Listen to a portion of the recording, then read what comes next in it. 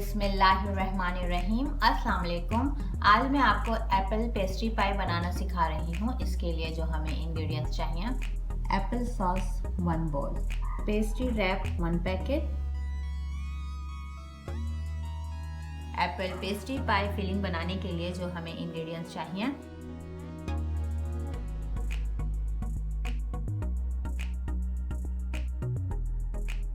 Medium आंच पे इसे कुक करेंगे।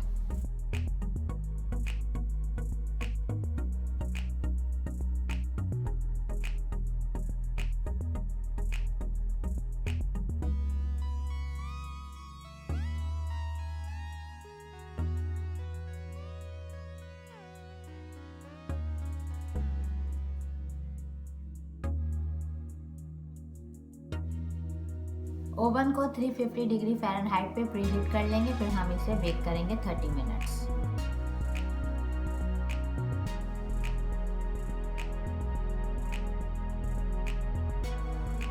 मज़ेदार एप्पल पेस्ट्री पाई रेडी है, एंजॉय करें।